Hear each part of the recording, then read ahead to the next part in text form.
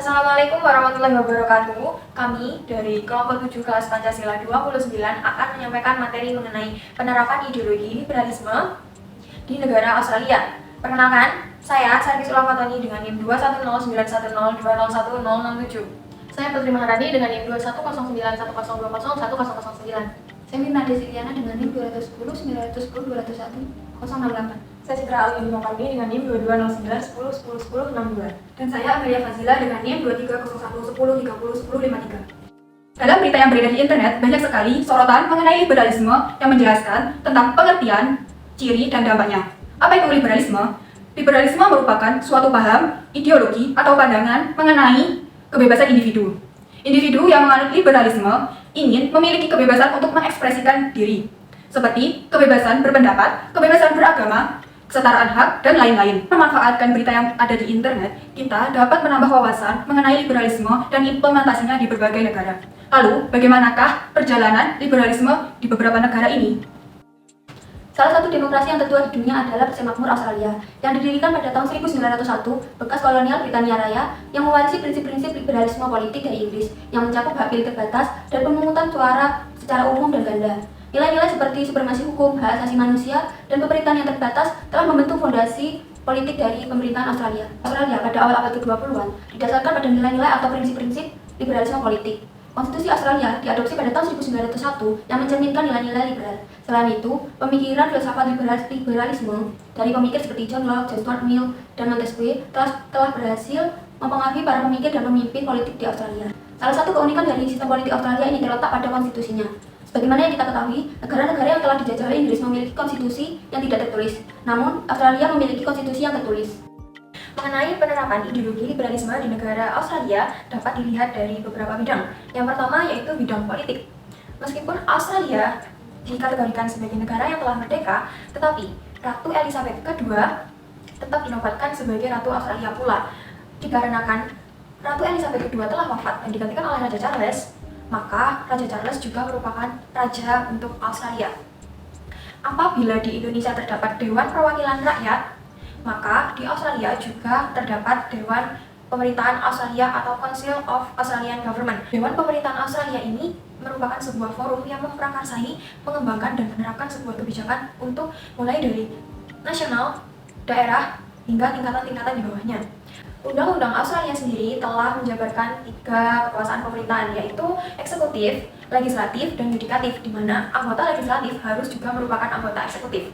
Yang selanjutnya yaitu bidang sosial budaya, di mana warga Australia meyakini bahwa tak seorang pun boleh dirugikan hanya karena perbedaan negeri kelahiran, warisan budaya, gender, bahasa, ataupun agama yang mereka anut. Secara umum, warga Australia merupakan warga yang menganut paham egalitarian, di mana semua warga harus dianggap sama rata. Selanjutnya, penerapan pada aspek ekonomi.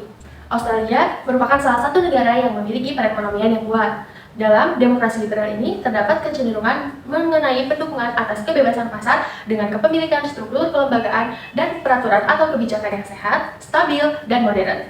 Dengan diwujudkannya mengenai perwujudan peraturan yang dinilai ramah bisnis dan memberikan penawaran mengenai tujuan investasi asing yang ramah. Selanjutnya terdapat penerapan pada aspek hukum. Di Australia ini peradilan bersifat independen, namun terdapat penyelidikan yang dilakukan oleh media Crikey pada tahun 2019 yang mengungkapkan mengenai pemerintah liberal nasional yang secara sadar mengupayakan agar individu-individu yang memiliki hubungan dengan partai liberal masuk ke dalam permohonan administratif. Selanjutnya penerapan pada bidang pertahanan. Adanya perencanaan mengenai pertahanan Canberra di masa lalu memberikan waktu terhadap persiapan selama 10 tahun untuk sebuah konflik besar, di mana dalam hal ini terdapat asumsi bahwa Australia memiliki waktu selama 10 tahun untuk mempersiapkan diri jika terjadi konflik besar. Australia memperkenalkan konsep strategi dalam peningkatan kesiapan operasional serta penjaminan stabilitas strategi Australia dalam lingkungan keamanannya. Ideologi liberalisme telah digunakan di berbagai negara, namun akan tetap ada perbedaan dalam penerapannya. Kali ini saya akan membandingkan perbedaan penerapan ideologi liberalisme diterapkan di Australia dengan Swedia untuk mengetahui kelebihan dan kekurangannya. Yang pertama adalah kelebihan Australia dalam penerapan ideologi liberalisme dibandingkan dengan Swedia. Dalam hal ini, Australia unggul dalam penerapan ideologi liberalisme ekonominya. Australia juga memiliki lingkungan bisnis yang lebih kondusif untuk pertumbuhan ekonomi dengan berbagai insentif, inovasi, dan investasinya. Sedangkan Swedia memiliki regulasi bisnis yang cenderung lebih kompleks dan rumit, serta penetapan biaya sistem kesejahteraan yang tinggi. Meskipun Swedia memiliki sistem kesejahteraan yang kuat, namun penetapan biaya yang tinggi ini menjadi tantangan tersendiri bagi pemerintah Swedia untuk menyeimbangkan antara biaya yang harus dikeluarkan dengan efisiensinya. Kelebihan lainnya yang diterapkan dari liberalisme di Australia adalah Australia memiliki tingkat pengangguran yang cenderung lebih rendah dibandingkan dengan Swedia. Australia juga memiliki kestabilan ekonomi yang cenderung lebih stabil. Hal ini mengindikasikan bahwa penerapan liberalisme ekonomi di Australia lebih efektif daripada Swedia untuk pertumbuhan dan penciptaan lapangan pekerjaan. Selanjutnya beralih kepada kekurangan dari penerapan liberalisme di Australia dibandingkan dengan Swedia. Dalam hal ini, Australia memiliki kekurangan dalam hal jaminan sosial bagi warganya yang termasuk ke golongan rentan. Sedangkan di Swedia, kesejahteraannya sudah cukup lebih kuat dan meluas, seperti layanan kesehatan dan pendidikan yang lebih terjangkau serta jaminan keamanan sosial bagi warga individunya yang rentan. Kekurangan yang terakhir adalah di Australia terdapat ketimpangan ekonomi yang cukup tinggi, meskipun perekonomian di Australia cukup kuat, namun hal itu justru menyebabkan ketimpangan yang besar antara yang kaya dan yang miskin, dan itu mengindikasikan bahwa Australia kurang bisa menerapkan liberalisme untuk menciptakan kesetaraan bagi warga negaranya, dan hal itu berbanding terbalik dengan Swedia yang kesejahteraannya bisa dibilang cukup kuat. Dari perbandingan kelebihan dan kekurangan tersebut dapat diketahui bahwa Australia lebih unggul dalam penerapan liberalisme untuk pertumbuhan ekonominya, sedangkan Swedia lebih unggul dalam kesetaraan sosialnya.